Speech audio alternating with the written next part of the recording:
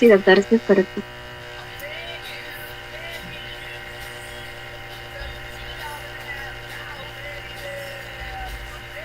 Muy bien, avanzaremos con enfermedad renal crónica y solamente para comenzar de una vez, tengamos en cuenta esto. Estos son la presentación de dos casos clínicos, mujer de 29 años y varón de 52 años.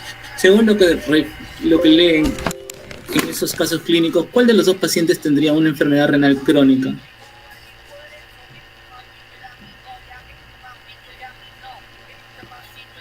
¿Alguna idea?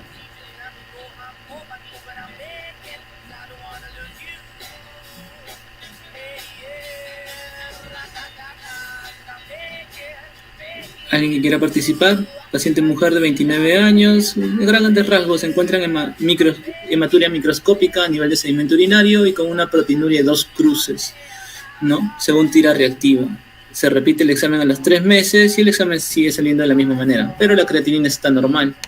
A diferencia de este paciente varón de 52 años con antecedentes de hipertensión arterial con una creatinina en 1.7 que se mantiene aproximadamente a lo largo de 6 meses. Según estos dos casos, ¿cuál de los dos pacientes tendría una enfermedad renal crónica?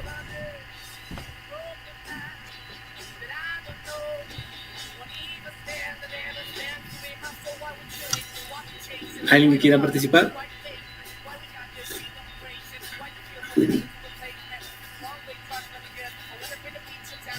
No se peleen. 10 años. ¿Quién, Omar? El varón. Por el tiempo.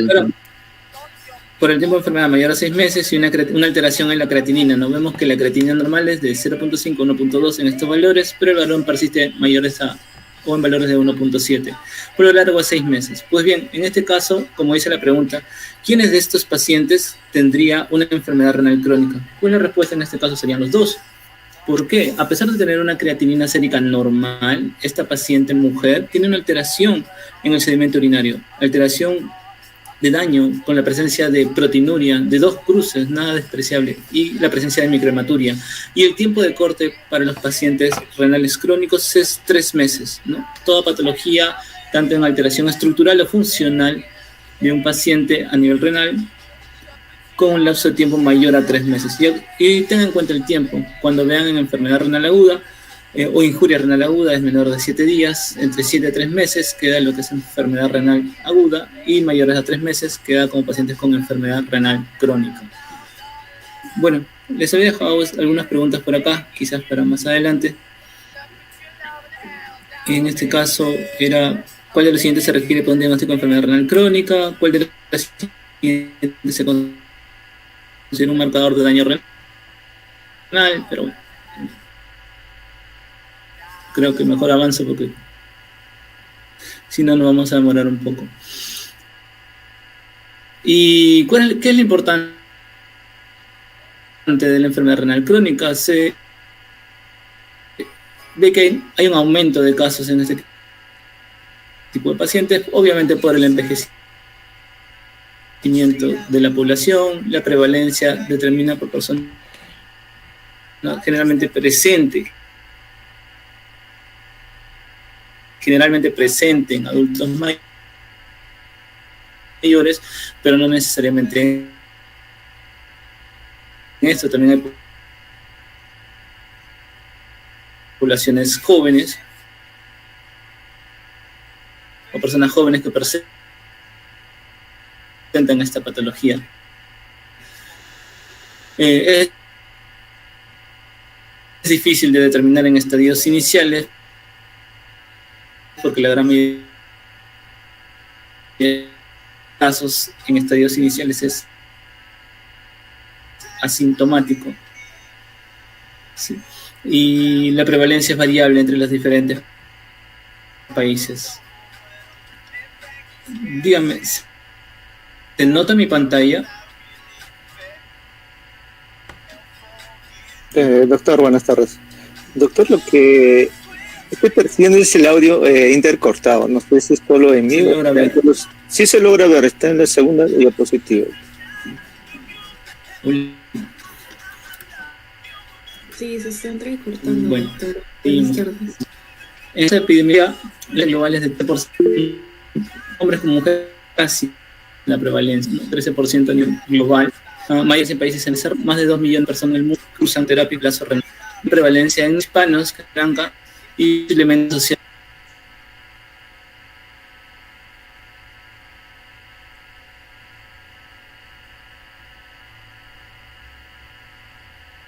Nos habíamos quedado en la parte de prevalencia. ¿Dónde está?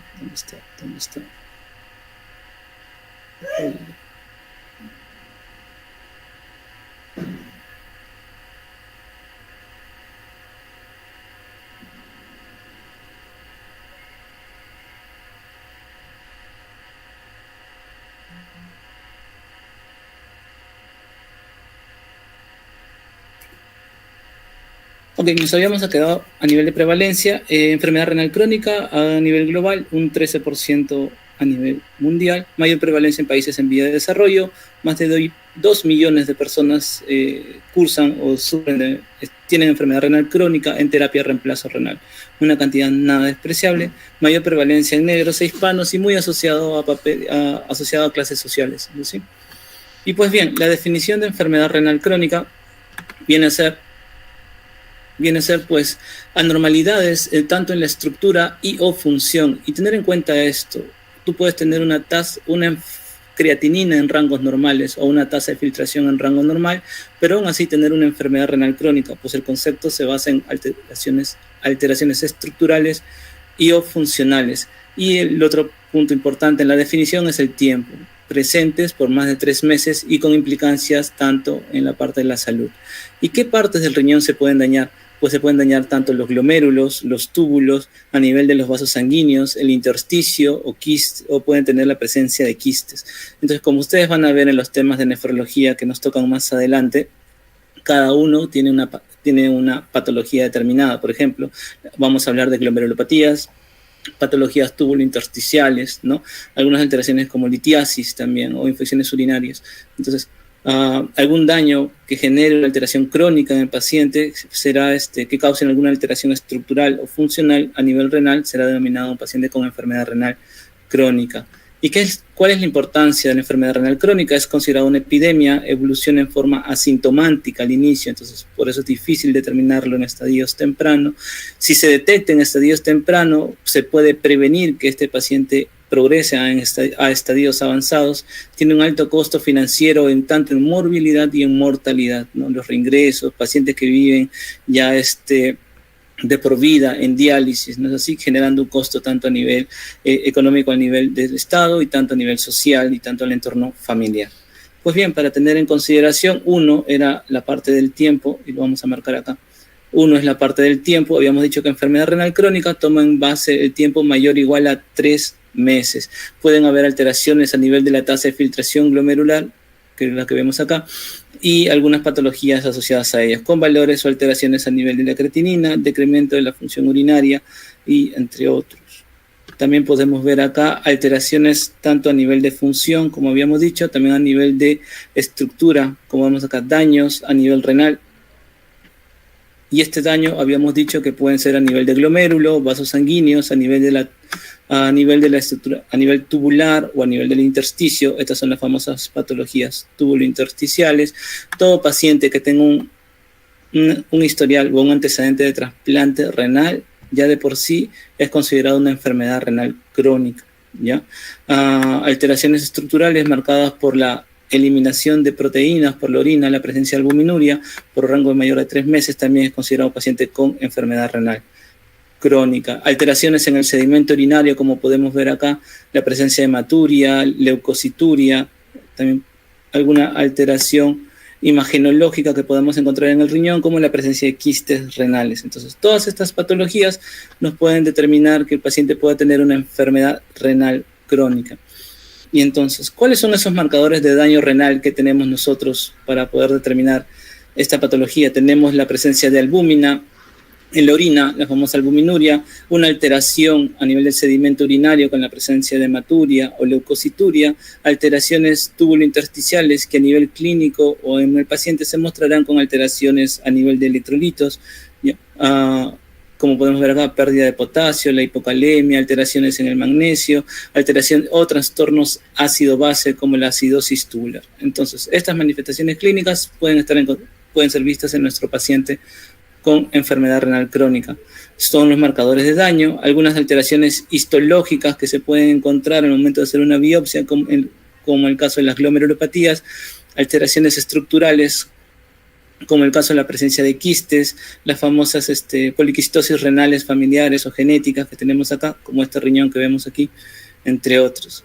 ¿Y cuáles son esos factores de riesgo que podrían causarnos esta patología renal crónica? Como ven, hay diversos factores de riesgo que nos pueden condicionar una enfermedad renal crónica, como desde alteraciones genéticas hasta exposición a alguna sustancia como nefrotóxicos, fármacos, drogas, pero las causas más importantes o las principales causas de enfermedad renal crónica las tenemos aquí. La diabetes mellitus, generalmente tipo 2, y la hipertensión arterial. Son las causas más frecuentes de enfermedad renal crónica. Y acá tienen las demás, ¿no? Las misceláneas.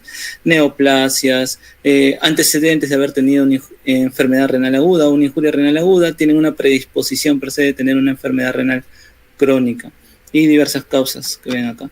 Y entonces tenemos a la cabeza la diabetes e hipertensión como causas o factores de riesgo para enfermedad renal crónica, pero en este cuadro también de ese artículo nos hacen hincapié que aquellos pacientes que hayan tenido un antecedente de desnutrición al momento de nacer o alguna enfermedad materna al momento de nacer, también tienen una predisposición a cursar con una enfermedad renal crónica de efectos genéticos, o sea, unos factores de riesgo a edades muy, muy tempranas en este tipo de pacientes, ¿no? Exposición a toxinas ambientales desde que eran niños en la infancia o en el útero cuando están en formación o ya para nacer, alteraciones o antecedentes de desnutrición al momento de nacer o enfermedades maternas que hayan tenido la madre cuando estos niños hayan sido concebidos. Tienen una predisposición ya a enfermedad renal crónica. Y las causas más frecuentes acá, diabetes, hipertensión arterial. Muy bien.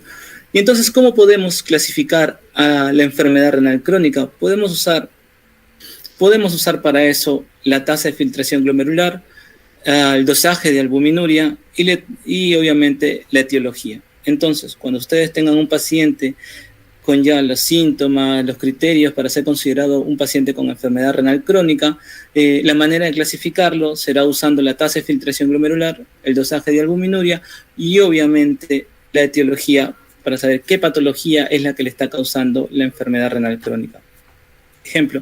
Por ejemplo, en base a la tasa de filtración glomerular, determinamos la tasa de filtración del paciente y esto nos permitirá clasificar en categorías según la tasa de filtración. Las categorías van desde el grado 1 hasta el grado 5 y estoy seguro que ustedes han visto mucho este tipo de clasificación, siendo la del grado 5 con una tasa de filtración menos de 15 y la del grado 1 con una tasa de filtración mayor a 90. Existen varias maneras de determinar la tasa de filtración. ¿Alguien recuerda alguna?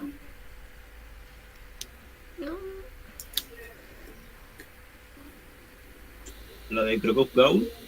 Muy bien, la de Crocop-Gaul es la que se necesita en base a tener la creatinina sérica, la creatinina en orina, ¿no? Recolectar la orina en 24 horas, también hay que tener en cuenta la edad, el sexo del paciente, el peso y todo eso. Perfecto. Hay dos métodos más que se pueden hacer en el mismo momento del pase de visita teniendo la creatinina sérica del paciente nada más, cosa que la podemos calcular inmediatamente. ¿Alguien recuerda cuáles son esas dos? El MDRD, muy bien, Jonathan, eso es una de las maneras de calcular la tasa de filtración. ¿Y otra?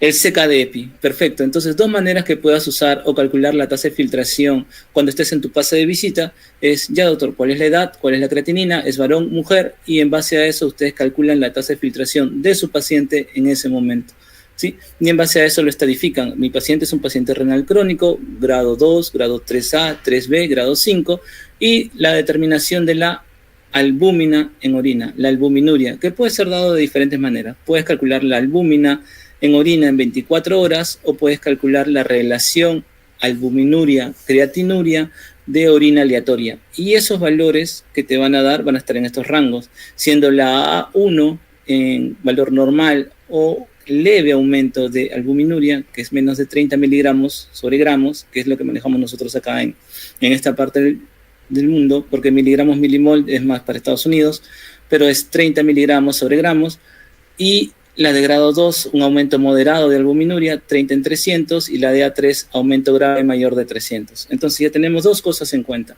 Mi paciente que tiene una tasa de filtración, grado 1, 2, 3, dependiendo de lo que me salga el CKD-EPI o el MDRD, y la albuminuria o la relación albuminuria-creatinuria en orina aleatoria, que me dará un valor y me permitirá determinar si mi paciente es un A1, A2 o A3. Generalmente estas determinaciones se hacen por consulta externa, no tanto en pacientes hospitalizados.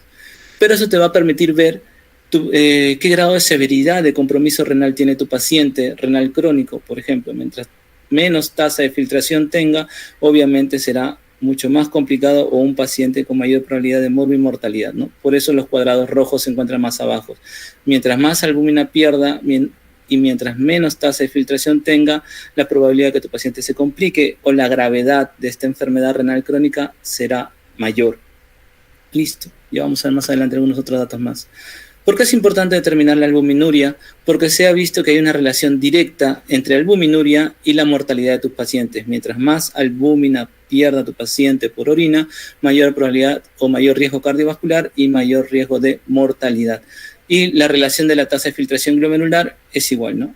Mientras menos tasa de filtración glomerular tenga tu paciente, mayor mortalidad. ¿Qué quiere decir? Que si tu paciente tiene mayor probabilidad de mortalidad un paciente con tasa de filtración 4 o 5 que un paciente en grupos 4 o 5 o un paciente que esté en el grupo 1 o 2, ¿no? Sí, sí, eso se entiende el porqué. Entonces, dentro del cuadro historial de la enfermedad renal crónica tenemos un paciente normal con factores de riesgo, posiblemente paciente diabético, hipertenso, que el plan es mantenerlos controlados. Si estos pacientes diabéticos o hipertensos tienen un mal control, el riñón se expone a un riesgo, luego de eso se expone a un daño y luego comienzan a aparecer con el paso de los años una disminución de la tasa de filtración glomerular, y ya cuando llega a los últimos estadios llega a lo que se denomina falla renal, sí, seguido de muerte, ¿no? ¿Y por qué es importante determinarlo en estadios tempranos? Porque mientras más temprano detectes el riesgo, los factores de riesgo o el daño, mayor probabilidad de revertir la patología renal. Podemos revertirlo, y mientras más avanzado lo encontremos, la probabilidad de reversión será mínima, pero por lo menos tratar de controlar y evitar que esta tasa de filtración siga decreciendo. Entonces, tomemos de ejemplo una de las patologías más frecuentes, que es la diabetes. Es un mecanismo iniciador de daño que generará una pérdida de nefronas. Esta pérdida de nefronas lo que generará que las otras nefronas aumenten de tamaño, generando una primera parte de hiperfiltración de nefronas, que son de las nefronas restantes. Por eso la primera parte de nefropatía diabética es la hiperfiltración, luego generando después de la hiperfiltración una hipertrofia de las nefronas restantes, luego seguido de eso y con el paso de los años, aún con mi paciente con un mal control, generará una alteración de la tasa de filtración glomerular, seguido de fibrosis y seguido de daño y una pérdida de la función renal. Pero lo vemos acá. Tenemos un paciente con un riñón normal, como ven acá, estos son la zona mesangial, los vasos sanguíneos o los capilares, el endotelio, podemos ver acá, vamos a ampliar esto, la membrana basal y los podocitos, ¿no es así? Un glomérulo completamente sano y feliz, lo vemos acá. Pero este paciente cursa o presenta algunos factores de riesgo, como la diabetes, la hipertensión, y en este caso tenemos en cuenta la diabetes. La diabetes que genera una alteración a nivel del glomérulo, generando un aumento de presión intraglomerular, activando de manera persistente una activación del sistema renina-angiotensina, generando retención de agua y generando hipertensión arterial. Esto generará un daño a este nivel, apareciendo lo que se llama la hiperfiltración glomerular y lo que se llama hipertensión glomerular intraglomerular a este nivel. Acá tenemos primero unos podocitos sanos, una membrana basal normal, un endotelio conservado. Vemos que las proteínas se mantienen dentro de la parte intravascular, pero con el paso del tiempo y al exacerbarse este daño, los podocitos se van perdiendo, estos se van descamando, en esta zona de acá vemos cómo se van desprendiendo, los otros podocitos intentan suplir la función de aquellos que se están perdiendo, pero vemos que la membrana basal también ya se está dañando. Y las proteínas que se encontraban dentro del intravascular atraviesan el endotelio, atraviesan la membrana basal debido a estas lesiones, y estos pasan lo que se llama a la luz del glomérulo y pasan luego a lo que se llama la parte de los túbulos y luego se eliminarán por la orina, ¿sí? Es lo que vemos acá, daño al nivel del glomérulo, daño de la membrana basal, pérdida de podocitos, y vemos acá el proceso inflamatorio que se va dando a este nivel, generando fibrosis a este nivel. Y como este nivel se encuentra dañado y ven que solamente es una parte, esto es lo que se llama una glomerulopatía focal o una glomerulopatía focal o segmentaria a este nivel. Vemos cómo el pase de las proteínas a la luz de esta zona, que es el espacio donde se va formando la orina y se va perdiendo la proteína, genera proteinuria a este nivel, ¿sí? Esto de acá es a nivel de glomérulo, pero también se encuentra un daño a nivel del intersticio. A nivel del intersticio, donde se encuentran los túbulos a este nivel, vemos que hay pérdida o daño del epitelio tubular, generando hipertrofia en la primera fase a nivel de los túbulos, generando un proceso inflamatorio y inflamación a nivel del intersticio, generando también fibrosis a este nivel. ¿Qué es lo que vemos acá? Hay un estrés y activación de células tubulares, así como secreción de citocinas y quimiosinas, promoviendo la inflamación intersticial, que es esta zona de acá, a nivel del intersticio, los túbulos, ¿no? Pérdida de células tubulares y relacionadas con células y obstrucción del túbulo relacionado con un molde de proteínas, esto de acá causando atrofia a nivel de los túbulos. Y esto de acá a la larga generarán enrarecimiento o daño vascular e isquemia a este nivel. Todo esto causándonos, entonces tendríamos daño a nivel de los túbulos, daño a nivel del intersticio, daño a nivel también del glomérulo. Entonces, comienzan a dañarse todas las estructuras a nivel renal. Entonces, todo causado por factores de riesgo como hipertensión, diabetes, hay pérdidas de nefronas, hipertrofia funcional compensatoria al inicio, luego se da una esclerosis glomerular, vemos que se fibrosa gran parte o sectores de ese glomérulo, van perdiendo funciones, ya saben por qué se forma proteinuria glomerular, hay progresión de la enfermedad renal o insuficiencia renal crónica, comienza a aparecer reducción del filtrado glomerular, menos del 30%, y empieza a elevarse la creatinina a este nivel. Y comienzan a haber otros cambios también a este nivel, como el calcitriol, disminución del calcitriol, hay alteración de la eritropoyetina, acá es disminución, esto de acá está mal, es disminución de la eritropoyetina, resistencia a la insulina, triglicéridos y otros cambios que comienzan a ver en el paciente. Entonces, cosas que encontramos en el renal crónico es una glomerulosclerosis, una fibrosis intersticial y una atrofia tubular. Son los tres cambios estructurales que se dan a nivel de lo que es el riñón. ¿Cuáles son las complicaciones que se encuentran en un paciente renal crónico? Trastornos hidroelectrolíticos, anemia, alteraciones del metabolismo mineral óseo, esto de acá por los trastornos del calcio, hiperuricemia, hipertensión arterial, dislipidemia, riesgo cardiovascular aumentado, la disfunción endocrina, la uremia y la desnutrición. Y generalmente todas estas complicaciones, y estos datos, generalmente todas estas complicaciones pacientes ya en estadios de nivel 3. Y solamente para recordar, un paciente en estadio nivel 3, ¿qué tasa de filtración tiene? 35. Si tienen un paciente con una tasa de filtración en estadio o grado 3, ¿en qué tasa de filtración estaría?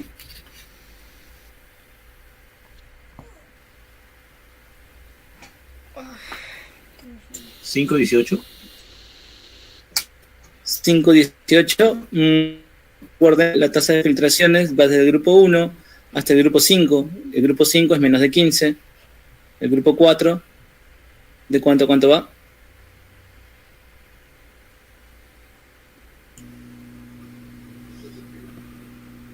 ¿Alguien recuerda? Es importante porque si sus pacientes están en estadio 3 o tienen una tasa de filtración que lo coloca dentro del grupo 3, estos pacientes comienzan a aparecer o comienzan a presentar estas complicaciones. Y acá lo ven. Miren, pacientes en estadio 3, como habíamos visto, son estos de acá, ¿no? Grado 1, grado 2, que se encuentran acá, grado 3, grado 4 y grado 5. Recuerden que el grado 3 se divide en 3A y en 3B. ¿Ya? ¿Por qué se dividen en 3A y en 3B? Porque se dieron cuenta que los pacientes en este grupo, que están dentro del 3B, este es 3A, este es 3B. Los pacientes que se encuentran en el grupo 3B, comienzan a presentar tienen mayor riesgo cardiovascular. A diferencia de los estadios 1 y 2, los pacientes en estadios 3B para abajo ya comienzan a presentar mayor riesgo cardiovascular. Por eso el 3 se partió en 3A y en 3B. Eso acá. Listo. Entonces, ¿por qué es importante esto? Porque de acuerdo a la tasa de filtración comienzan a haber algunas complicaciones que por frecuencia comienzan a aparecer. Por ejemplo, acá, la hipertensión comienza a aparecer ya en pacientes en porcentajes más altos ya en los estadios 3. En los estadios 3 ven que la hipertensión que comienza a aparecer en un 18%, en pacientes en estadios 3 aparecen hasta en un 70%. Pacientes con anemia, pacientes renales en grado 1, grado 2, pero ya en pacientes en grado 4 ya tienen hasta la mitad de tus pacientes en grado 4 tienen anemia por causa renal, y entre otras complicaciones que ven acá. Entonces, para la estadificación de un paciente renal crónico se recomienda 1. Calcular la tasa de filtración glomerular. 2. Calcular los niveles de albuminuria de tu paciente. Y 3. Encontrar la causa de por qué la enfermedad renal crónica de tu paciente. Por ejemplo, hay que tener en cuenta esto. Es importante para el pronóstico y tratamiento saber en qué grado está tu paciente, cuál es la albuminuria de tu paciente y cuál es la etiología de su enfermedad renal crónica. Porque esto te dará un pronóstico y también el manejo de la patología. Y los pacientes con enfermedad renal pueden ser divididos en patologías con enfermedad renal primaria, cuando el proceso o el daño renal es confinado solamente al riñón. Esas son enfermedades renales primarias. Y las secundarias, cuando el daño al riñón se ve que está dado por un proceso específico o un proceso sistémico. Por ejemplo, diabetes mellitus, ¿no? Es una enfermedad sistémica que ataca diferentes órganos y en este caso causa daño renal. Y en el caso de las primarias, por ejemplo, las glomerulonefritis primarias, ¿no es así? Que hace que tus pacientes puedan llegar a terminar en diálisis. La localización se basa en la magnitud de la proteinuria, hallazgos en el sedimento urinario, imágenes y la biopsia renal que podamos tener. Entonces, tenemos, de acuerdo a dónde se ve el daño, podemos tener enfermedades glomerulares, enfermedades túbulo-intersticiales, enfermedades vasculares, que pueden ser dados por daño sistémico, como habíamos dicho, por ejemplo, la diabetes, el lupus eritematoso sistémico, algunas enfermedades de las colagenopatías, que generan daño sistémico y generan daño también a nivel renal, o también algunas patologías primarias, ¿no? Como la glomerulonefritis primaria, la glomerulonefritis focal o segmentaria, ¿no? Y la vasculitis, que solamente se asocia a daño o delimitado a nivel del daño renal, nada más. Muchas patologías y estas acá son las secundarias. La clasificación se orienta a enfermedades. Ok, ¿dónde estamos? Estamos acá. Entonces, la clasificación de este tipo de pacientes, tenemos acá enfermedad renal crónica, causas, dónde se encuentra el daño, a nivel glomerular, a nivel túbulo intersticial, a nivel vascular.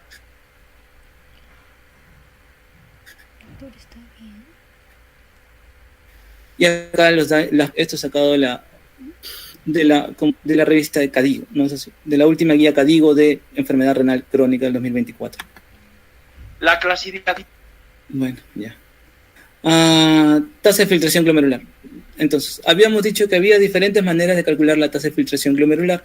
Dentro de estas, la que manejamos nosotros es la estimación en base a creatinina. La cistatina es mucho más confiable, da menos problemas en este caso, porque esta no se reabsorbe. Entonces, todo lo que ingresa en este nivel, por ejemplo, por vía oral, se elimina por vía renal sin modificación y sería mucho mejor, pero por costo-beneficio no se usa, más se usa la creatinina, pero la creatinina es un valor que puede estar variable en diferentes personas. Una persona con una masa muscular mucho más, dos personas de 40 años, una que puede ser un gimnasta o que haga deporte o que haga ejercicio, que vaya al gimnasio, puede llegar a tener un poco o puede llegar a tener valores de creatinina un poco más altos que una misma persona de la misma edad y que no haga ejercicio debido a toda su masa muscular, ¿no? Y obviamente en niños la creatinina es muy variable, entonces no se usa o no nos ayuda mucho a este nivel. Tiene sus bemoles en este tipo de cosas, pero igual lo seguimos usando para lo que es el cálculo de la tasa de filtración glomerular.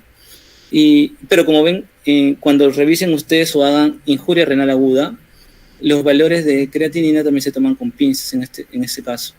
¿Cómo podemos calcular la tasa de filtración? Como bien dijo su compañero Jonathan, podemos usar Cockcroft-Gault, podemos usar el MDRD, podemos usar el CKD-EPI, y siempre teniendo en cuenta edad, sexo del paciente, y eso nos permitirá clasificarle en qué grupo se encuentra su paciente, ver el grado de compromiso o el grado de severidad del daño renal. Como vemos acá, evidencia del grupo, en qué grupo se encuentra tu paciente y qué consideraciones tener, ¿no?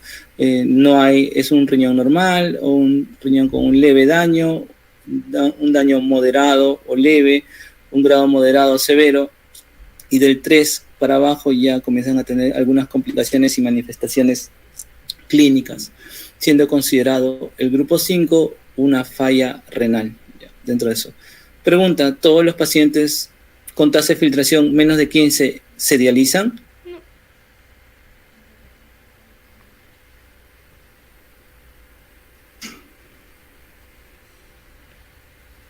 ¿Qué opinan? ¿Todo paciente cuando encuentren o vean que tiene una tasa de filtración menos de 15 se dializan? Sí, doctor. Como verán cuando estén en hospitalización, si bien es cierto la gran mayoría de pacientes que llegan a grado 5 ya se encuentran en diálisis, hay otros pacientes que se encuentran en grado 5 pero aún no llegan a estar en diálisis. Eso no quiere decir que no se dialicen más adelante. Seguramente se dializarán de acá a un mes, 2 meses, 1 año, 2, pero se intenta alejar todo lo que se pueda del tema de la diálisis, porque llevar a diálisis a un paciente es llevarlo y someterlos a procesos inflamatorios crónicos de por vida, ¿no es así? Pero hay que tener en cuenta esto: todo paciente en grado 4 ya debe estar siguiendo consejería tanto por psicología y soporte emocional, porque más adelante con el paso de los meses o los años llegará a grado 5 y llegará o terminará en diálisis, ¿sí? Entonces todo paciente se prepara ya en grado 4 para que en el paso de los años, porque más adelante ese paciente llegará en algún momento a diálisis, y el plan es que llegue a diálisis preparado tanto psicológicamente como también por escogiendo el método más efectivo para esa persona para que se realice su diálisis. Cuando ustedes han visto a sus pacientes en hospitalización que se dializan, han visto que se dializan de diferentes maneras, ¿no es así? ¿Cuáles son las maneras que ustedes han visto que se dializa a su paciente? De verdad que nunca he visto un paciente que se dialice. ¿Han visto paciente en diálisis?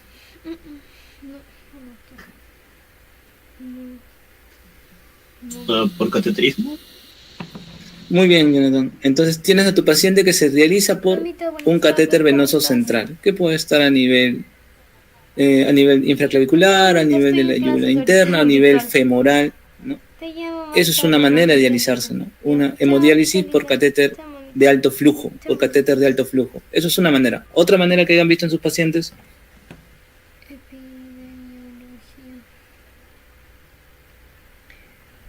No sé, nunca he visto un paciente. ¿Han visto otros pacientes en diálisis?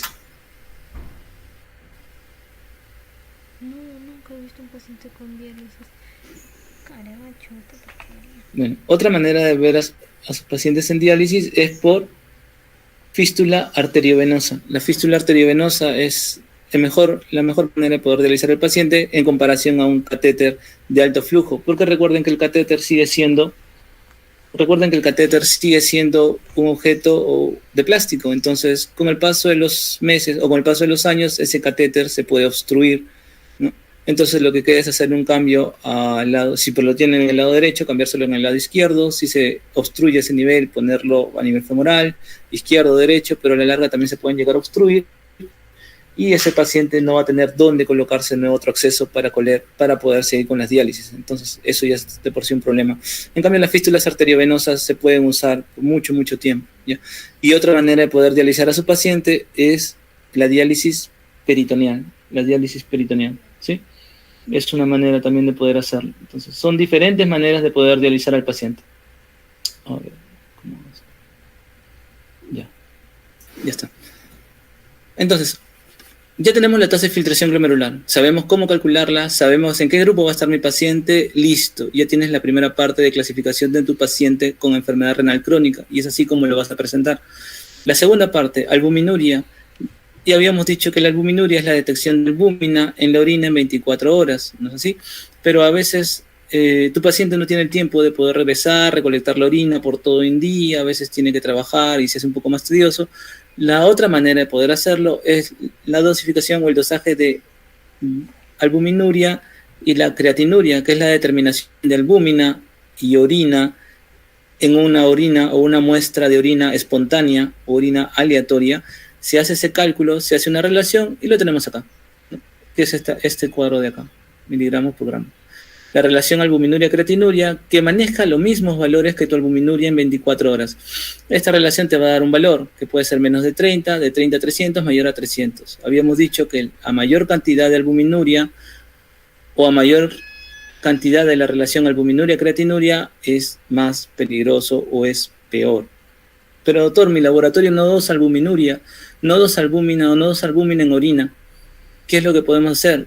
Ok, no dosa albúmina, pero lo que sí puede dosarte es proteína.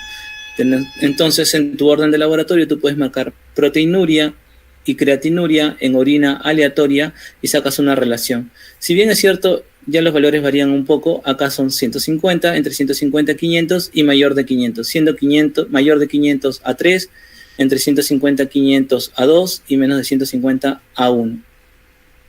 Si tienes el dosaje de albuminuria, 30, 300 y mayor de 300. Listo. Ya tienes la tasa de filtración, tienes la albuminuria, con eso ya tienes avanzado gran parte de tu clasificación de enfermedad renal crónica. Acá podemos ver algunos ejemplos de tus pacientes que tienen, por ejemplo, una enfermedad renal por causa de la diabetes, que está en grado 5, con una albuminuria, con una relación albuminuria-creatinuria o albuminuria nada más en A3, y este paciente tiene un decremento de la tasa de filtración glomerular con una albuminuria en rango alto, ¿no es así? Pero quiere decir que todos tus pacientes necesariamente van a tener esta alteración. No, por ejemplo esto, ¿dónde lo podemos ver? Por acá. Perdón. Creo que por acá hay otro. Acá está.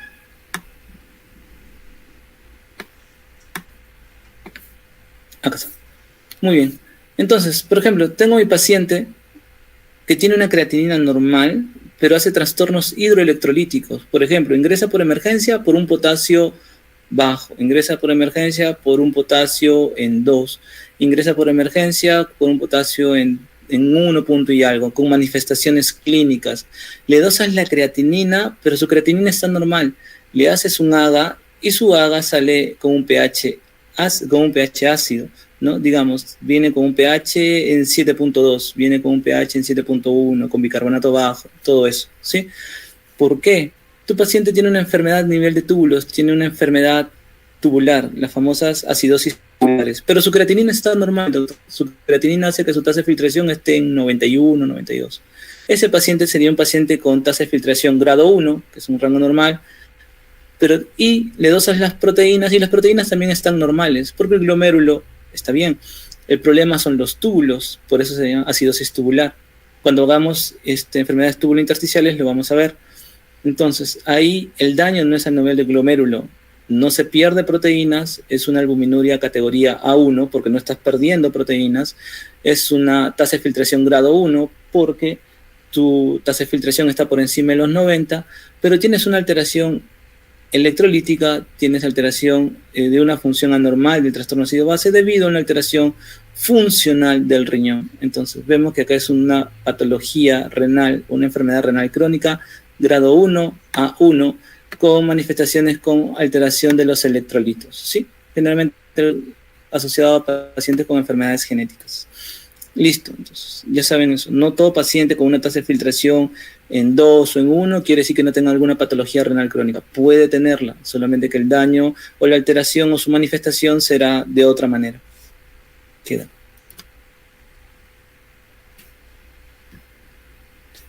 El pronóstico de la enfermedad renal crónica siempre va a ir asociado a la causa, a la tasa de filtración, al grado de albuminuria que presenta el paciente y obviamente a las comorbilidades o el motivo, la causa de que le haya causado el daño a nivel del riñón, ¿no? La causa, la tasa de filtración, habíamos dicho que la albuminuria va muy asociada a mortalidad, entre otros, y otras comorbilidades como puede ver en este paciente. ¿sí? Objetivos para la especialidad, y es acá lo que ustedes van a ver, y eso es lo que ustedes van a tener, y quizás esta diapo la vayan a volver a ver cuando ustedes ya estén en su serum, es cuál es la labor de ustedes como médicos de atención primaria, que es manejar los factores de riesgo, ver cuáles son el por qué tu paciente llega a enfermedad renal crónica, si tu paciente es por diabetes o hipertensión, en tu centro de salud manejar la diabetes e hipertensión, y si ya tus pacientes ya llegan a estadios avanzados, cuál es la labor del nefrólogo a este nivel, ¿no? Generalmente ustedes van a hacer esto, identificar y tratar los factores de riesgo, es descartar causas funcionales de deterioro renal, evitar nefrotóxicos, darle cuidados de primera instancia al paciente y todo lo demás. Y los manejos de fondo ya para el especialista. Esto más que nada para que ustedes lo hagan en atención de primer nivel. Las presentaciones clínicas acá tienen varias, acá puse las más frecuentes, que la gran mayoría en estados iniciales pueden ser asintomáticos, otros pueden cursar con edemas, hipertensión, oliguria, debilidad, fatiga, anorexia, vómitos y convulsiones. En estadios terminales pueden haber inflamación de las serosas, la famosa serositis, sangrado gastrointestinal por las gastropatías urémicas, y recuerden que una hiperuremia, un aumento de la urea también hace o genera alteraciones de la coagulación, sobre todo con la funcionabilidad de las plaquetas. Encefalopatía, las famosas encefalopatías urémicas, entre otras. Y de acuerdo a todo esto, ustedes tengan en cuenta esto, y es que ustedes también se lo van a decir. Cuando ustedes le digan a su paciente, tiene el riñón malo, su riñón no está funcionando bien, está usted en una enfermedad renal crónica, el paciente lo que te va a decir es, pero a mí no me duele el riñón. Y es que muchas de las personas tienen la idea de que si estoy mal de los riñones, estos me deben doler, y no es así, generalmente no ocurre así, salvo que sea un cálculo, fuera de eso no siempre es así. El tamizaje, ¿a qué paciente se le realiza tamizajes de enfermedad renal crónica? A aquellos que tengan antecedentes familiares de enfermedad renal crónica, antecedentes personales de injuria renal, de AQI, de injuria renal aguda. Ellos tienen una predisposición a hacer enfermedad renal crónica, mayores de 70 años, obesos, pacientes que tengan algunas anormalidades genitourinarias, obstrucciones, doble sistema pielocalicial, reflujo útero-vesical, entre otras, diabetes mellitus, hipertensión arterial, pacientes que tengan alguna infección viral crónica, inmunosuprimidos, cáncer, pacientes hepatópatas crónicos, pacientes que tengan o sufran de dolores crónicos y tomen siempre algún nefrotóxico, AINES o desinflamante, pacientes que cursen con hidronefrosis, pacientes que hayan usado medio de contrastes yodados o lo hayan usado en repetidas ocasiones por alguna patología de fondo, pacientes que hayan sido expuestos a metales pesados, pacientes que hayan sido o hayan usado suplementos naturistas, y esto es entre paréntesis, con asterisco. Determinar la cronicidad a veces no es tan sencillo. Estoy frente a un paciente con una enfermedad renal crónica, o estoy frente a un paciente con una enfermedad renal aguda, o estoy con un paciente con una enfermedad renal crónica que se ha reagudizado. A veces no es tan sencillo determinar frente a qué paciente estás. Es de gran importancia establecer el diagnóstico, si es crónico este daño o es agudo, pues para ver hasta qué punto puede recuperar la función renal. Buscar algunos paraclínicos antiguos, pues es sencillo. Si yo tengo un paciente que ingresa por emergencia y tiene una creatinina en 2, y yo digo, puede haber hecho una injuria renal aguda, pero luego me voy a su historial en su historia clínica o en el sistema, los que tengan sistema en laboratorio, y veo que hace 3-4 meses también tenía una creatinina en 2, 2.1, 1.9, veo que es crónico. Entonces, listo, el diagnóstico ahí es sencillo. Pero si no tengo ese historial de creatinina y no defino bien si esta patología es renal crónica o es una injuria renal aguda, pues vamos a tener problemas. A veces se usan dosajes de creatinina seriadas, a veces también se usan imágenes, porque si en ecografía se ve riñones pequeños sin una diferenciación córtico-medular adecuada, entonces estaría frente a un paciente que tiene una patología renal crónica, ¿no es así? Sí tiene alteraciones óseas, otras manifestaciones clínicas, y eso sería o ayudarnos. Pero ojo, todo paciente renal crónico no siempre va a cursar con riñones pequeños. Hay que tener en cuenta que hay algunas nefropatías crónicas que al inicio de la enfermedad renal crónica no te dan riñones pequeños, dan riñones de tamaño normal o en algunos casos hasta leve aumento de tamaño. Y dentro de ellos es la nefropatía diabética. Las imágenes me pueden ayudar para esto, la ecografía, tomografía, resonancia, entre otros. La imagen de primera línea, ya que es de más fácil acceso, es la ecografía que podemos ver acá. Podemos ver masas, dilataciones pielocaliciales, hallazgos sugestivos de nefropatía crónica, como habíamos dicho, adelgazamiento cortical, mala diferenciación córtico-medular o el tamaño de los riñones, una nefropatía donde vea riñones de tamaño pequeño. La mayoría de las enfermedades renales no tienen síntomas hasta que aparecen en edades avanzadas. Si es esto lo que debemos tener en cuenta nosotros y hacerle entender a los pacientes. Generalmente ya detectados en estadios avanzados, la mayoría de causas de enfermedad renal crónica son irreversibles y el tratamiento apunta a enlentecer la progresión de falla renal, ¿no? Generalmente hipertensión y diabetes sabemos que no hay cura, pero si controlamos estas patologías, esta progresión será mucho más lenta. En algunos casos de enfermedad renal crónica tiende a ser reversible, espontánea con tratamiento, en otros se puede lograr regresión parcial, ¿no? Como en el caso de la glomerulonefritis. En el caso de la glomerulonefritis primaria o que responden a inmunosupresores, podemos regresionar hasta completar o restaurar la función renal, que sería lo ideal. Muy bien, ¿por qué es importante determinar la anemia en un paciente renal? Por esto de acá. Se ha visto que todo paciente con enfermedad renal crónica que tenga anemia tiene un mayor grado de mortalidad. Y lo vemos acá. La mortalidad de un paciente con enfermedad renal crónica que no tiene anemia es de 6% aproximadamente. Pero si presenta anemia es de un 10%. ¿Ya? La tasa de hospitalización de pacientes con enfermedad renal crónica y anemia llega hasta un 31%. Y la tasa de complicaciones cardiovasculares llegan hasta un 16% en pacientes renales crónicos con anemia, a diferencia de los pacientes renales crónicos que no tienen anemia. Entonces, la monitorización de la hemoglobina en estos pacientes es importante y ahora se entiende el por qué. Entonces, tenemos una disminución, para que se entiendan algunos cambios de electrolitos, sobre todo a nivel de calcio y fósforo, hay que tener en cuenta que la disminución de la tasa de filtración glomerular lo que va a hacer es una disminución de la excreción de fósforo urinario, generando aumento de los valores de fósforo. Esto lo que va a causar es una elevación de la fosfatonina, ¿no? Que vemos acá, la fosfatinina, que es la FGF23, la fosfatinina, que se encarga de la absorción de lo que es, que se encarga de mantener los niveles de fósforo en sangre. Entonces se eleva la fosfatinina para no estar absorbiendo ya o reabsorbiendo los niveles de fósforo en la sangre, dado que como no la puedo excretar, estos van a estar elevados, pero al elevarse la fosfatinina, lo que va a causar es una alteración o una inhibición de la 1-alfa hidroxilasa.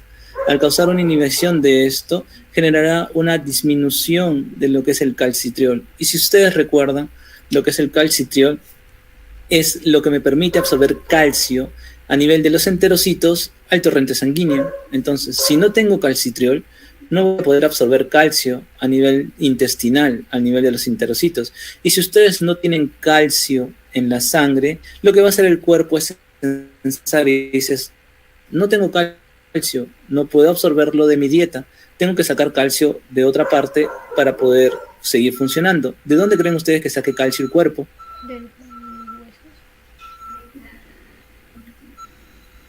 De los huesos.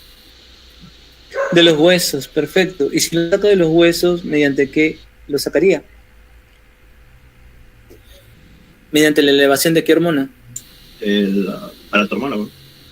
Así es, para tu hormona, correcto. Entonces, es por eso que tu paciente renal crónico, y eso cuando ustedes estén pasando en pase de visita se lo van a preguntar, y es algo de lo que van a tener que estar pendientes, son de los valores de calcio de tu paciente, ¿no? Vas a ver que el fósforo puede estar elevado, esto generará disminución de calcio, ya saben por qué, porque hay una disminución del calcitriol. Como hay una disminución de calcitriol, no hay absorción de calcio a nivel intestinal, y lo que va a hacer el cuerpo es sacar calcio de los huesos mediante la elevación de la paratormona, generando lo que se conoce como un hiperparatiroidismo secundario. Entonces, otra cosa que deben anotar es que en un paciente renal crónico se da un hiperparatiroidismo secundario. Y ya saben el por qué, ¿no? Porque se eleva la PTH debido a que se disminuyen los valores de calcio. Entonces, ¿qué hago para tratar todo esto? Es mejorar la dieta, disminuyendo los alimentos que tengan o aumentado el fósforo, disminuyo o son muy estrictos en el tema de la dieta, y para disminuir el tema de la PTH, para disminuirla, porque el aumento de la PTH también va asociado a mortalidad, puedo manejarlo dándole a mi paciente calcitriol exógeno. Yo le doy a mi paciente calcitriol o vitamina D, genero la mejor absorción de esta y entonces, por ende, esta hormona va a ir disminuyendo. ¿Listo? Es por eso que tu paciente hace trastornos de calcio, tu paciente renal. Es por eso que tu paciente hace trastorno de fósforo. Es por eso que tu paciente hace hiperparatiroidismo secundario. Por todo esto. Vemos acá la hiperfosfatemia, donde tenemos que tener en cuenta que tu paciente debe tener valores menos de 4.5. Si tiene valores mayores a 4.5 y no está en diálisis, debemos hacer intervenciones para que esos niveles de fósforo bajen. Y si tu paciente está en diálisis, los límites permitidos deben ser menores de 5.5. La dieta o ingesta de este tipo de fósforo debe ser menos de 900 miligramos día. Y si comienzan a haber este tipo de elevaciones, que usar quelantes en casos refractarios, que no tengan calcio, quelantes de fósforo. Y este es para el hiperparatiroidismo, usar calcimiméticos. Habíamos dicho que calcitriol es una buena opción para disminuir la PTH o la paratormona, ¿no? ¿Sí? Ya habíamos dicho que es darle vitamina D o darle calcitriol, disminuye los niveles de PTH. Ya saben por qué. Listo. Muy bien, pero si me demoro en actuar, no lo censo, no le vi el calcio, la PTH sigue elevada, el paciente no viene a consulta, nunca encuentra cita o simplemente no quiere venir porque tiene miedo de que le digan que va a estar en diálisis. Algunas otras patologías óseas pueden aparecer. A la cabeza generalmente son osteopenia y osteoporosis, pero también tenemos la osteitis fibrótica quística, la enfermedad de hueso adinámico o conocido como la enfermedad de hueso hambriento, la osteomalacia, la osteodistrofia urémica mixta, y otras patologías a nivel óseo que pueden encontrar acá, como ven acá, ¿no? Y por eso tu paciente renal crónico es todo un mundo, no es solamente ver la urea, la creatinina, sino que tienes que ver calcio, tienes que ver fósforo, tienes que ver la paratormona, tienes que ver las dislipidemias, los lípidos, tienes que ver la proteína, entonces va ampliándose todo eso en tu consulta médica. Y obviamente también hospitalización. El manejo de este tipo de pacientes, manejo etiológico, siempre ver las causas, ajuste de medicamentos cuando sea necesario, prevención y progresión de la enfermedad, manejo de complicaciones, inicio de terapia de reemplazo renal cuando sea necesario, valoración temprana por nefrología también cuando ya esté en estadios, generalmente en estadios 3, ya debe empezar sí o sí una consulta mínima por nefrología. Cambios en el estilo de vida es importante. Todo paciente con enfermedad renal crónica sí está indicado al menos 150 minutos de ejercicio por semana a lo que tolere, ¿no? ¿Sí? A lo que tolere, y siempre viendo en qué grado de enfermedad renal se encuentra mi paciente. No a todos, no es lo mismo tener un grado 1 o un grado 5 y decirle haga ejercicio o actividad física extenuante. Por eso acá resaltan mucho en la guía CADIGO de enfermedad renal crónica a un nivel compatible con su tolerancia cardiovascular y física. Eso es lo importante, ¿sí? Ejercicios, bueno en todas partes. Listo. La dieta es importante, un sodio menos de 2 gramos día, lo que es igual a menos de 5 gramos de cloruro de sodio al día, es el equivalente a menos de 2 gramos día en dieta. Disminución de calcio a menos de 1500 miligramos día, el fósforo, que ya habíamos dicho que debemos disminuir la ingesta, aumentada en fibra, el potasio, siempre y cuando si se encuentran dentro de los grados 3 a 4, debe ser limitado en esta parte, pero si están en grado 1 y 2, sí, deben aceptarle y son importantes que reciba potasio, y deben limitarse en estos estadios, obviamente más en grado 5, sobre todo si no se dializa. El tratamiento de la enfermedad renal crónica, doctor, muchas letras, por eso les marqué los más importantes. Habíamos dicho que es importante tratar la anemia en un paciente renal, porque la anemia va asociado mucho a muerte en un paciente renal, ¿no? Aumenta mortalidad, aumenta hospitalizaciones, aumenta morbilidad. Entonces, es importante tratar la anemia y llevar a tu paciente a una hemoglobina en promedio de 11, algunos consideran a 11.5 de hemoglobina, ¿no? Llevarlo a rangos más altos, 14, 15 de hemoglobina. Digo, doctor, yo lo voy a llevar a 14 de hemoglobina para que esté mucho mejor, rasadito, lleno de vida. No, porque a mayor hemoglobina también aumenta mortalidad, ¿sí? Por eso se estabilizan rangos de hemoglobina objetivo de 11.5 aproximadamente, ahí como lo ven en las flechas rojas. Muy bien, y entonces, para repasar un poco algo que ustedes van a hacer el próximo ciclo, anemias, hematología. ¿Qué tipo de anemia hace un paciente renal crónico? Hipermicrocítica. ¿Alguien?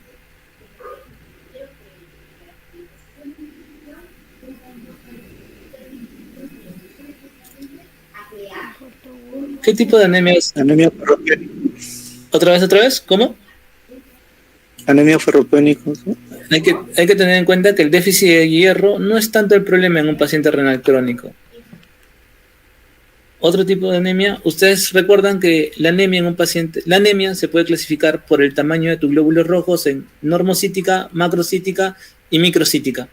En un paciente renal crónico, ¿qué tipo de anemia tiene? Normocítica. Muy bien, un paciente renal crónico tiene una anemia normocítica. ¿Por qué? ¿Cuál es la deficiencia en este paciente?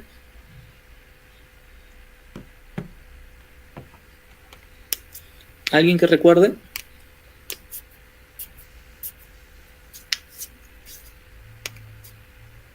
¿Puede haber deficiencia de eritropoyetina? Muy bien, entonces el problema en un paciente renal crónico, sobre todo en estadios avanzados, como habíamos dicho, con una tasa de filtración menos de 30, donde va apareciendo más la anemia, es que hay un déficit de eritropoyetina, ¿no es así? Porque ustedes ya van a recordar o seguro van a revisar dónde se forma la eritropoyetina. Datos, se forma a nivel renal, pero obviamente el riñón es muy amplio, entonces hay una deficiencia de esta hormona, de la eritropoyetina, y el paciente comienza a hacer anemia. Eso no quiere decir que no hagas estudios de perfil carencial en tu paciente renal. ¿Ya? Igual tienes que hacerle tu perfil de determinar hierro, ferritina, transferrina, ácido fólico, vitamina B2 y todo lo demás. Pero tu paciente renal, si todo eso lo tiene bien, lo tiene compensado, si tiene buenas reservas, el problema está en el déficit de la hormona eritropoyetina. Entonces el manejo de anemia en un paciente renal es con agentes estimulantes de eritropoiesis, o sea, darle eritropoyetina a tu paciente, ¿sí? Para poder mejorar los niveles de anemia. Y todo eso está en esta parte de acá señalado con rojo y cuáles son los valores que podemos hacer. El tema de la hipertensión, más adelante lo vamos a ver, pero es importante controlar los niveles de hipertensión, ya se entiende el porqué. Los trastornos minerales óseos que habíamos visto, disminuir o mejorar los valores de calcio, disminuir los valores de fósforo y disminuir a los rangos casi normales de la paratormona, ¿no es así? Y ya sabemos por qué y todo lo vemos acá. ¿Qué más en este aspecto? ¿Qué otras medidas o tratamientos generales de tu paciente renal crónico? Este es de la PT miméticos. La hiperlipidemia también es importante, controlar los valores de colesterol, triglicéridos, el colesterol malo, que es el LDL, pues sabemos que la hiperlipidemia sumado a la enfermedad renal crónica aumenta mi riesgo cardiovascular. ¿Ya? Y la acidosis metabólica, el bicarbonato oral se puede usar para corregir la acidosis metabólica leve en este tipo de pacientes. Y doctor, ¿cuándo decido yo darle bicarbonato ya a mi paciente? ¿A todos mis pacientes que tienen enfermedad renal crónica se los doy? No, generalmente se habla de que el manejo con bicarbonato se da cuando este bicarbonato es por debajo de menos de 22 miliequivalentes en tu paciente. Y bueno, la hiperpotasemia crónica y cómo poder manejarlo también lo vemos acá. Sobre todo a la cabeza es la dieta baja en potasio, ya cuando están tus pacientes en estadios avanzados. Cuando tu paciente pierde proteínas, habíamos dicho que aumenta mortalidad, a mayor proteinuria, mayor morbimortalidad, y entonces yo puedo darle antiproteinúricos. Y cuando ustedes les digan dar antiproteinúricos a un paciente, se referirán siempre a los YECA o ARA2, que son los que encontramos acá, ¿no? Si tu paciente tiene hipertensión arterial y tiene proteinuria, el tratamiento a la cabeza serían YECAs o ARA2, porque también sirven como antiproteinúricos. No solamente te ayudan a controlar presión, sino también te sirve como antiproteinúricos, ¿sí? También puedes dar calcioantagonistas, el uso de diuréticos pueden estar indicados, calcioantagonistas dihidropiridínicos, esto está mal. Calcioantagonistas dihidropiridínicos, también acá está mal. Si tu paciente no tiene proteinuria, no hay evidencia de superioridad con calcioantagonistas versus... No hay evidencia de superioridad entre los YECAs o calcioantagonistas dihidropiridínicos. Puedes usar cualquiera de los dos y puedes usar diuréticos. Cuando no tienen proteinuria, no hay mayor diferencia. Pero cuando tienen proteinuria, sí se ha visto que la primera línea deben ser YECAs o ARA2. La meta de la tensión arterial es 130, mantenerlos menos de 130/80. Y acá tienen una lista de todo lo que son los fármacos que podemos usar en pacientes renales crónicos, YECAs o ARA2 indicados a la cabeza si es que tu paciente es un ERC con proteinuria, YECAs o ARA2 están indicados a la cabeza. Si tu paciente a pesar de eso tiene hipertensión resistente o falla cardíaca o ha tenido un infarto, usar los bloqueantes de la aldosterona o antagonistas, o los bloqueantes o conocidos como antagonistas de los receptores mineralocorticoides, como la espironolactona, ¿no es así? Hipertensión usados en pacientes con hipertensión resistente, insuficiencia cardíaca, pacientes que han tenido posima. Hay que tener cuidado con estos fármacos porque uno de sus efectos adversos es la hiperpotasemia. Tenemos acá el uso de diuréticos en pacientes con hipertensión arterial, tiacidas, en esto, y los calcio antagonistas dihidropiridínicos que se usan en pacientes con enfermedad renal crónica, hipertensión y puedan cursar con angina. Y también podemos tener acá los no dihidropiridínicos que se usan en los mismos pacientes, pero que también hayan tenido o tengan una taquicardia supraventricular. Ahí usamos los no dihidropiridínicos, pero a la cabeza generalmente usamos los dihidropiridínicos que vemos acá. Muy bien. Proteinurias. Habíamos dicho que tu paciente, si tiene proteinuria, darles YECAS o ARA2.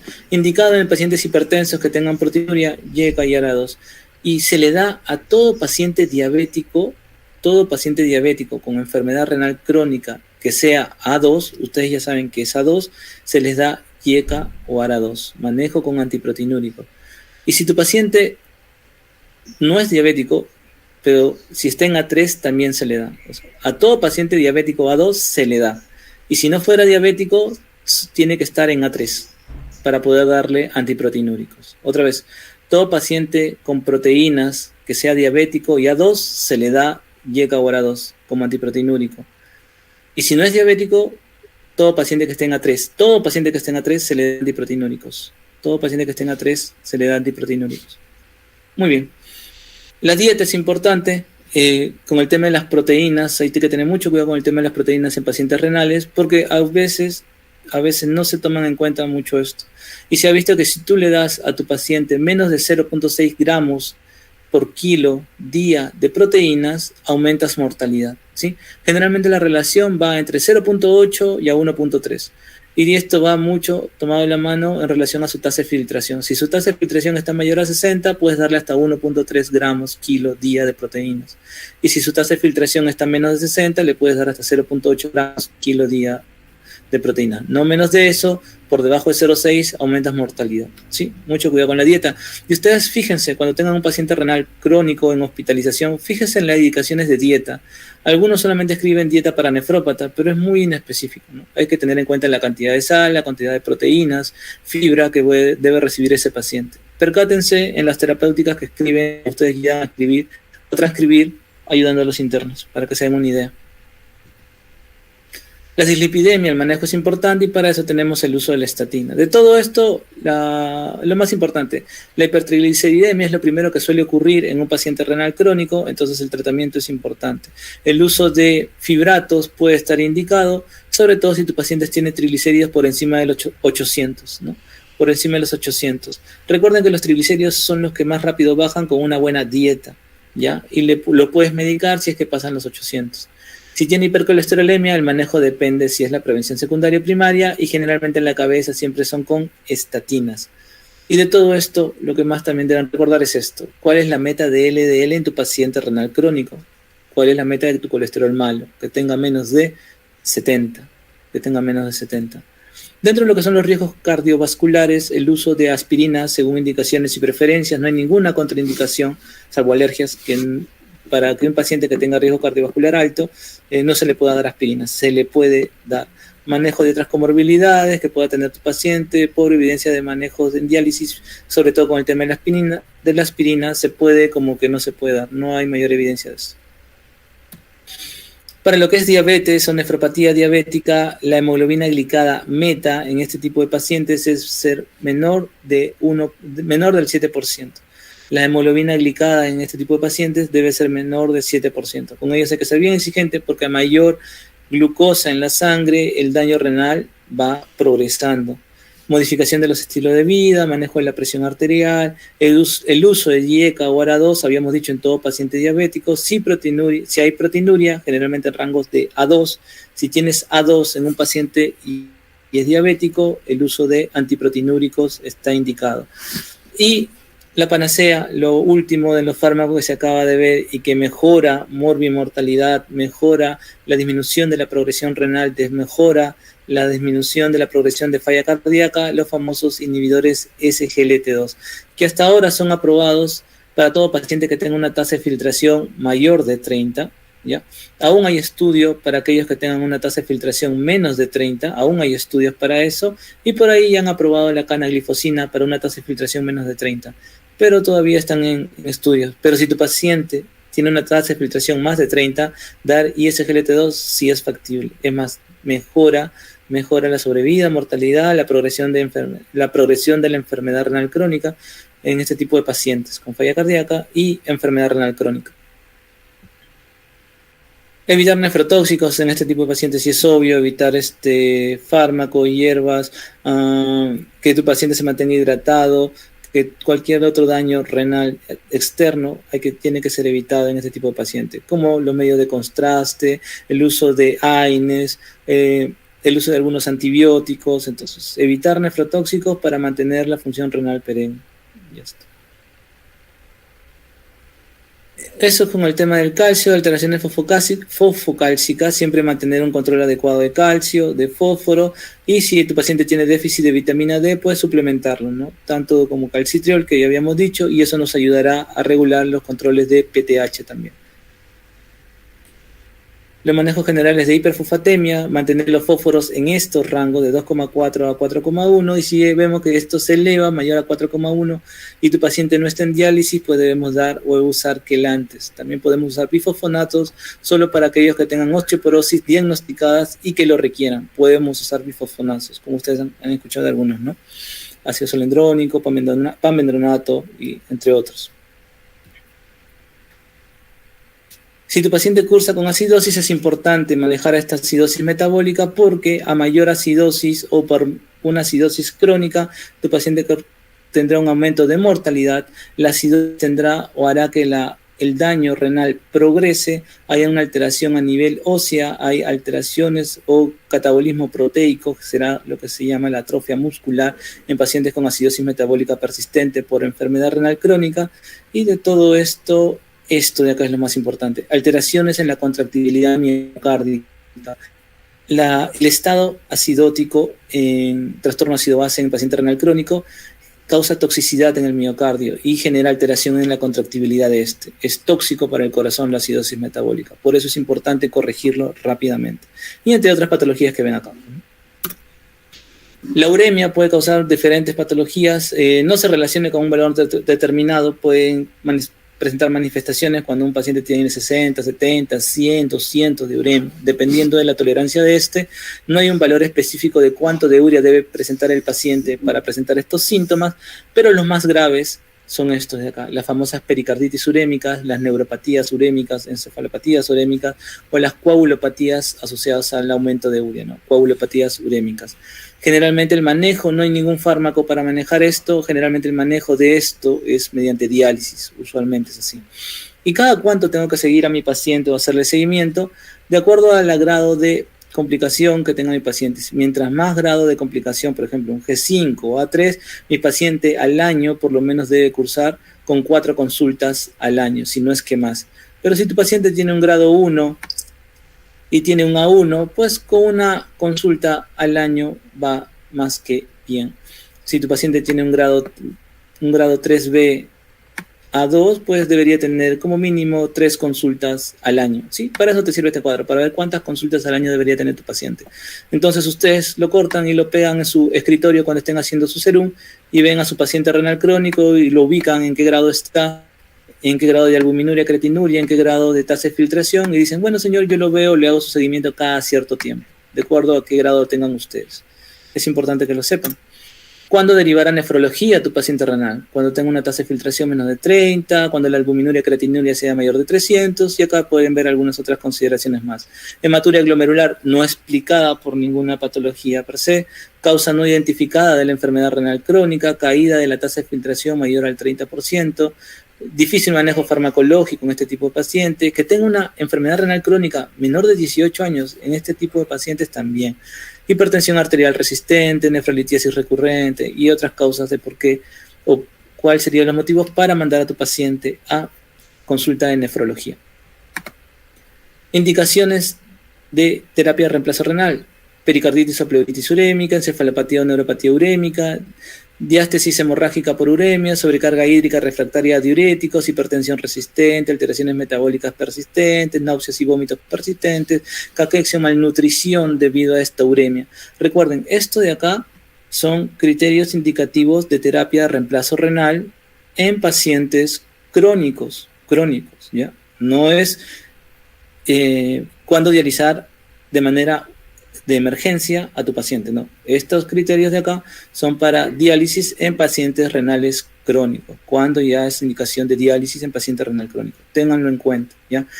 No existe un valor específico de la tasa de filtración que sea indicativo. Habíamos dicho que no todo paciente con tasa de filtración menos de 15 se dializa, pero si tu paciente tiene una tasa de filtración menos de 8, menos de 10, ya ese gran porcentaje de pacientes sí o sí van a terminar en diálisis. Pero bueno, no existe un valor de tasa de filtración que sea indicación de diálisis. Nadie te dice, ella tiene tasa de filtración ni nada. Tienen que haber otra serie de cosas, ¿no? Las manifestaciones clínicas, la poca respuesta al tratamiento, entre otros. Es importante que tu paciente sepa que más adelante con el paso del tiempo va a terminar en diálisis para que no entre en negación, porque ahí se pierde mucho tiempo, y que si ya va a ser o ya se le va a programar a diálisis en el transcurso de meses o años, ver si va a requerir una fístula arteriovenosa, si es candidato, o va a desear una diálisis peritoneal, debido a que puede vivir en el campo, en la sierra, y por allá no hay equipos de diálisis. Entonces, ese paciente podría ser candidato a diálisis peritoneal, ¿no es así? Una preparación médica y psicológica para este tipo de pacientes. Existen 3 formas de terapia de reemplazo renal. La hemodiálisis, esta de acá puede ser por catéter de alto flujo o fístula arteriovenosa, y la diálisis peritoneal, ¿sí? Acá puse, bueno, acá hay 2, pero esta hemodiálisis se divide en 2. Y diálisis peritoneal, listo. ¿Cuándo biopsiar a un paciente? Cuando tu paciente tiene un síndrome nefrótico por nefropatía lúpica, puedes biopsiarlo para saber qué grado de nefropatía lúpica tiene. Cuando tu paciente tiene un síndrome nefrótico sin evidencia de enfermedad sistémica, no explicado por alguna patología, cuando tiene tu paciente un síndrome nefrítico, falla renal aguda no explicada, hematuria glomerular aislada con evidencia de la progresión, también en este caso pueden ser indicados lo que es la biopsia renal. No a todo paciente se biopsia, pero si tienes alguna de estas consideraciones o alguno de estos ítems, pues puedes plantear su biopsia renal. Entonces, cuando ustedes tengan su paciente renal crónico, tanto en consulta,